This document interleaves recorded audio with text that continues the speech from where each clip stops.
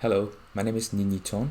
In this presentation, I want to talk about a paper titled Perception of Fairness in Group Music Recommender Systems that I worked together with my colleagues Elise Lacluse and Professor Catherine Berbert. There are many situations that call for group recommender systems. For example, we have listening to music, watching films, traveling. These are all the activities that can be done together with the groups. So group recommender systems must consider preferences of all the users in the group, and they must be fair. Research has also shown that perception of fairness can influence user satisfaction in group recommender systems. Now, in terms of fairness, there has been work on both explicit and implicit approaches.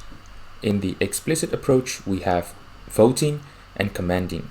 In the implicit approach, quite a number of work has proposed algorithms to include fairness in the recommendations.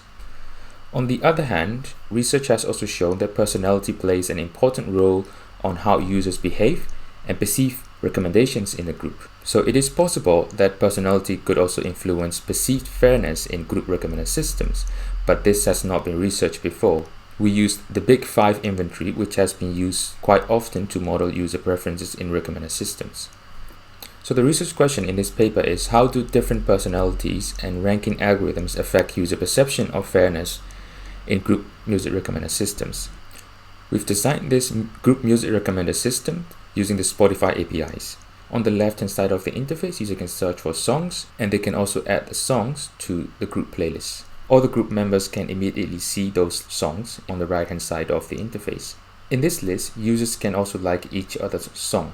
The color squares are used to identify each user and show who voted which songs. The songs that users have added to the playlist or liked are used as a seed to fetch recommendations from Spotify. So this section shows recommendations based on the preference of the current user and of the group.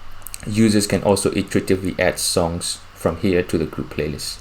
We also developed two different versions of ranking algorithms. The first ranking algorithm is called time-based ranking. The songs are added chronologically to the playlist. This is the same approach that is currently being used by many music streaming services. The second approach is called dissimilarity ranking. We calculated the distance between the attributes of the songs and the attributes of the user. These attributes are retrieved from the Spotify API. We then calculated a dissimilarity score for each song among group members. This is based on a previous work proposed by Amir Yahir. So in this approach, the songs with higher dissimilarity appears at the bottom of the playlist. The experimental procedure we follow was quite standard.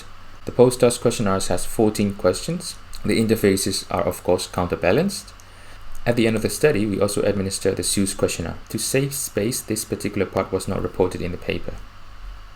We calculated the Spearman correlation between the Big Five inventory and the questionnaires. For the interest of time, I'm just going to focus on openness in this presentation.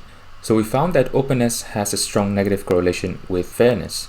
On the other hand, we found that openness positively correlates with how likely they will play the playlist with or without the group. So we believe that the participants with this personality type value discovering new songs than to have preferences treated fairly, because it's possible that they are open to all the songs proposed by group members. In fact, a previous research has shown that openness is a decisive factor for agreeableness of users in group recommender systems. We found that the participants considered time-based ranking algorithm as being unfair, and on the opposite, they considered the dissimilarity-based ranking as being fair. This was interesting because the participants had no idea which algorithm they were using at the time of the experiment. We also calculated what we call minimum group ratio. This is simply the number of songs added by a user that is present at the top of the playlist, divided by the total number of songs added by that user. So a lower minimum group ratio means lower representation of group members. So unsurprisingly, we found that time-based ranking has a lower representation of team members. We also received a very high SEWS score of 81.3. In this presentation, we have shown that users with an openness personality may not see that fairness is very important for them in group playlists. This is probably because they prefer discovering new songs added by other team members. We also showed that time-based ranking, which is currently being used by many music streaming services, yields unfair playlists to the group. There are of course some limitations in this research. We experimented with only a limited number of algorithms, and we also did not consider the effects of long-term group interactions and relationships. So this might be an interesting research direction in the future. If you have any questions, I'll be happy to answer them now. Thank you.